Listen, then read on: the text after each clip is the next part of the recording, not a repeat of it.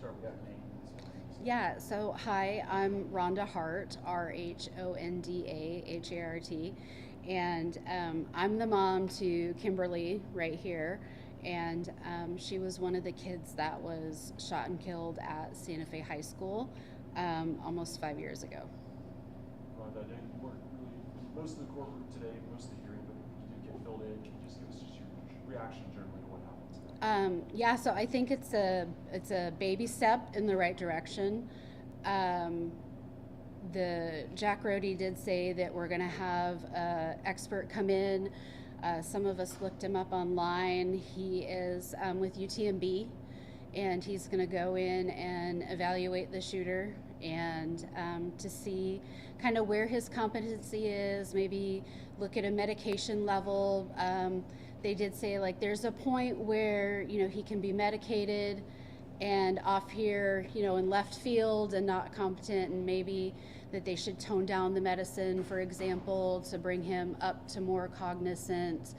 So we'll see. It's definitely going to be a work in progress, but I think that finally it's a step in the right direction. A little bit of a boost for morale for some of us. It's been about 4 years since we've had a hearing. Were you happy to see that at least some things were now being discussed out in the open again? Yeah, so I had on purpose skipped all of the other all the other hearings, just not my cup of tea. But I wanted to come in today because a lot of us are lobbying for the autopsy evidence bills that have been released recently from Senator Middleton and then Representative Bonin. And so I kind of wanted to come and hear it straight from the horse's mouth and see what was going on. So that if this doesn't go through and we don't get any advancement on this avenue, then we're still going to push in Austin to keep those bills are another means to the end. But Jack Rohde did say that this step forward is only going to be about the competency level, and once they establish the competency level, then they have to then it's he said maybe like 6 months it would be addressing the actual trial, the actual event. So it's still going to be a work in progress. What about the talk at the end about potentially revisiting the change of venue? I would rather that it stay I think it was going to go to Harris County, Fort Bend County. I would rather that it stay in Fort Bend County. It's just more diverse. It's got a lot of people of color, people of different faiths, Muslim communities over there. I support a change of venue because I like diversity. But also, we've kind of fallen off the radar and it's not talked about so much anymore in Galveston County. So maybe the jury would, still be intact or not skewed or anything in Galveston. It's 50-50. For me, I support a change of venue. Are you hopeful, though? I know you said earlier that also, I love your nails. that Jack said he's cautious about that. Yeah. There is the potential that this independent party could also determine that he is still incompetent. Yeah, right, correct. So I am cautiously optimistic, but again, I and some other folks, Rosie and Scott and I, Gail was up there the other day. We're working our tails off for 435 and the sister bill, and so that really my goal is to get the autopsy reports. And like I said, if this trial doesn't work, then we're just going to continue our work in Austin. Why is that important to you to get those reports? I've said it to other organizations, being a mom and being a parent, you're in that delivery room. You have an active role in how that child is brought into the world. And it's really dehumanizing to not know how they left it. And so just as a mom, it would bring me a lot of peace and some closure. And also those autopsy bills apply to hundreds, if not thousands of other crime victim families across the state. So we're really working, it's really like like an Avon company where you call 2 friends and they call 2 friends to get support for these bills. This has been ongoing for years, and now in the middle of it, I guess you could say the middle of it, a new judge comes in. What effect do you think that has on the case? Oh, yay for fresh eyes. Yeah, good job.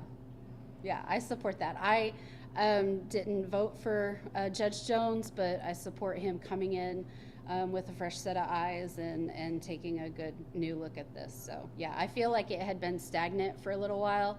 And I also feel that, you know, we won our case against Lucky Gunner a couple weeks ago. We settled with them.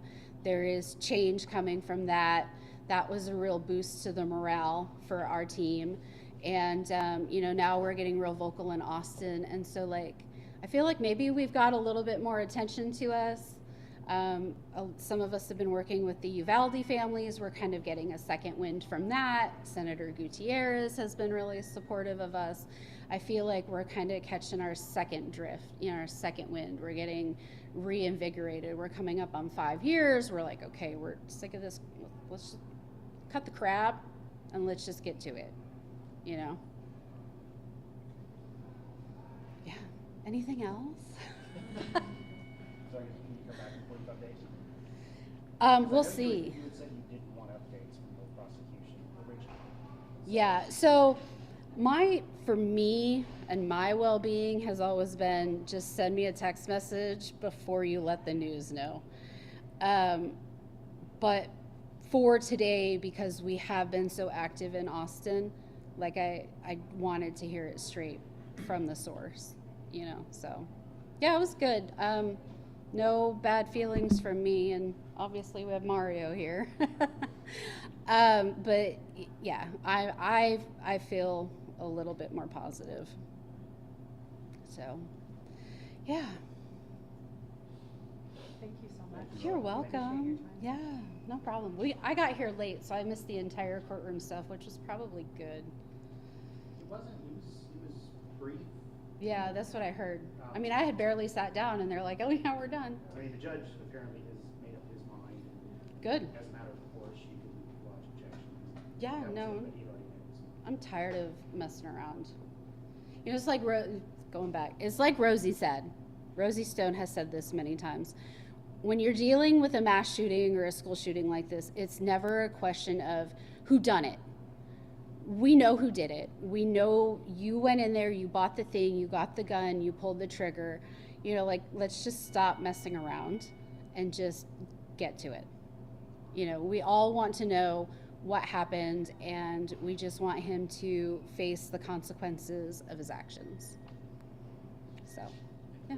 I spoke to Rosie just quickly outside just a minute ago, and she was just talking about every time you guys come up here or have to do some kind of proceeding, you have to relive this moment. Oh, it sucks. I mean, today is a good day because I planned ahead. Like, I had a quick 15-minute chat with my therapist. I'm going to be real honest with you. I brought my dog. So today for me is a good day. But she's right. You know, a month ago or whatever, we got the text message that the shooter was still mentally incompetent and he was going to be recommitted for a year. And I was in Houston at a doctor's appointment at the VA, and I was sitting there trying to hang on.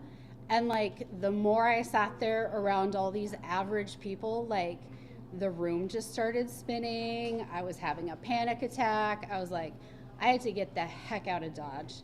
And, you know, we're working really hard. Like I said, I'm in therapy twice a month. And we're ready to, like, move forward and put this, you know, behind us and grow past it and do other awesome things. And every time we have to come back here, it's like you just revert, you know, 2 steps forward, 5 steps back. And I'm ready, and a lot of the families are ready to just go forward and, like I said, do better things and, like, stop gun violence. And yeah, this totally helps. Okay, anything?